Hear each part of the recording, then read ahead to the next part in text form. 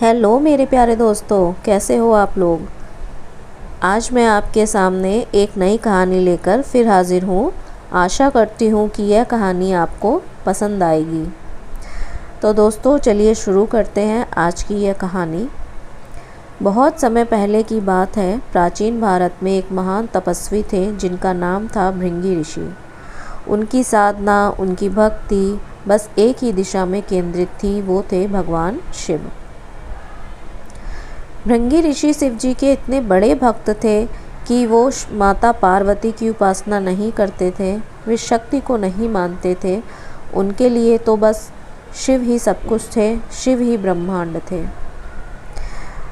एक दिन भृंगी ऋषि कैलाश पर्वत पहुँचे शिव जी के दर्शन के लिए। उस समय वहाँ शिव और शक्ति दोनों एक साथ विराजमान थे। माता पार्वती मुस्कुराई और कहा, ऋषिवर, आप शिव जी की पूजा करते हैं, पर शक्ति के बिना तो शिव अधूरे हैं। आप केवल शिव की परिक्रमा कैसे कर सकते हैं। पर ऋषि भृंगी अपने विचारों पर अडिग थे। उन्होंने कहा, हे माता, मैं भक्ति केवल शिव के लिए ही करता हूँ, कृपया मुझे उनकी परिक्रमा करने दें।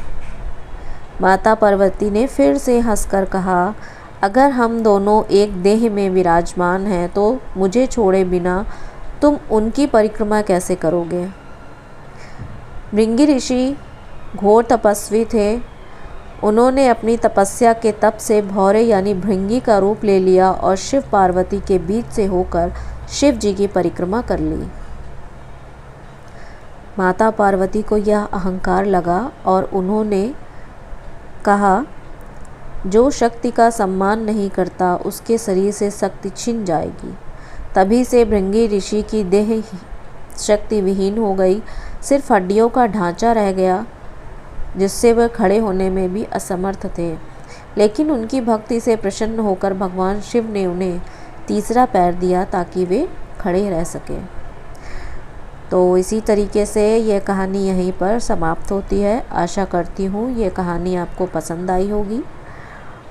और साथियों, इस कहानी से हमें क्या सीख मिलती है कि शिव और शक्ति दोनों की उपासना ज़रूरी है। इसी तरीके से स्त्री और पुरुष दोनों का महत्व बराबर है। दोनों का ही संतुलन इस सृष्टि के लिए आवश्यक है। किसी एक पक्ष को स्वीकारना और किसी एक पक्ष को नकारना यह संभव नहीं है। और साथ ही साथ सच्चा भक्त वही है जो संपूर्णता को अपनाए, शिव को भी और शक्ति को भी अपनाए। तो आगे मिलते हैं और भी रोचक कहानियों के साथ। जब तक के लिए आज्ञा चाहूँगी। जय भोलेनाथ। साथियों, अगर आपको यह कथा पसंद आई हो तो कथा सागर चैनल को लाइक, सब्सक्राइब और शेयर करना ना भूलें। जल्दी ही मिलते हैं एक नई कथा के साथ। धन्यवाद।